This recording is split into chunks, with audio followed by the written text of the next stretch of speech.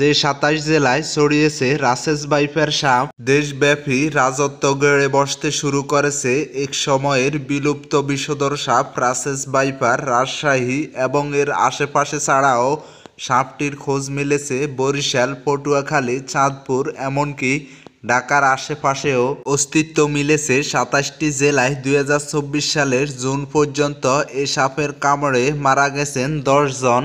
রাজশাহী, নাটোর, নওগাঁ, চাঁপাইনবাবগঞ্জ, পাবনা, জয়পুরহাট, ঝিনাইদহ, মেহেরপুর, কুষ্টিয়া, যশোর, সাতক্ষীরা, চুয়াডাঙ্গা, রাজবাড়ী, ফরিদপুর, মাদারীপুর, শরীয়তপুর, মানিকগঞ্জ, মুন্সিগঞ্জ, ঢাকা, চাঁদপুর, লক্ষ্মীপুর, নোয়াখালী, বরিশাল, পটুয়াখালী, ভোলা, বরগুনা, ঝালকাঠি জেলায় সহ ছড়িয়েছে রাসেল ভাইপার। সরকারের ভেনম রিসার্চ সেন্টারের তথ্য বলে, পদ্মা নদীর তীরে জেলাগুলোতে এই সাপ বেশি ছড়াচ্ছে।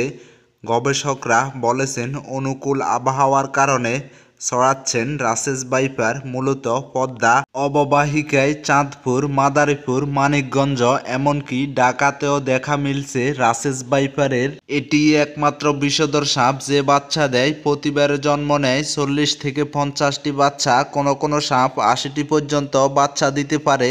এই সাপের কামড়ে ১.৫ বছরে শুধু রাজশাহী মেডিকেলেই মারা গেছেন ১৮ জন। এ সময়ে ওই হাসপাতালে ভর্তি আছেন ৬৮ জন। স্বাস্থ্য অধিদপ্তরের অতিরিক্ত মহাসচিব অধ্যাপক ডক্টর আহমেদ কবির বলেন, জলবায়ু পরিবর্তনের কারণে অতিরিক্ত আর্দ্রতা ও অতিরিক্ত গরম অনুভূত হচ্ছে, আর নদীর পানির পরিমাণও বেড়ে যাচ্ছে।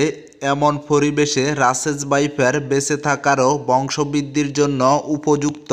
সর্বোপরি যেসব এলাকায় এ সাপ এসেছে সেসব এলাকায় চলাফেরা ও দৈনন্দিন কর্মকাণ্ডের ক্ষেত্রে সার্বক্ষণিক সতর্কতা অবলম্বন করা উচিত বলে মনে করেন বন কর্মকর্তা।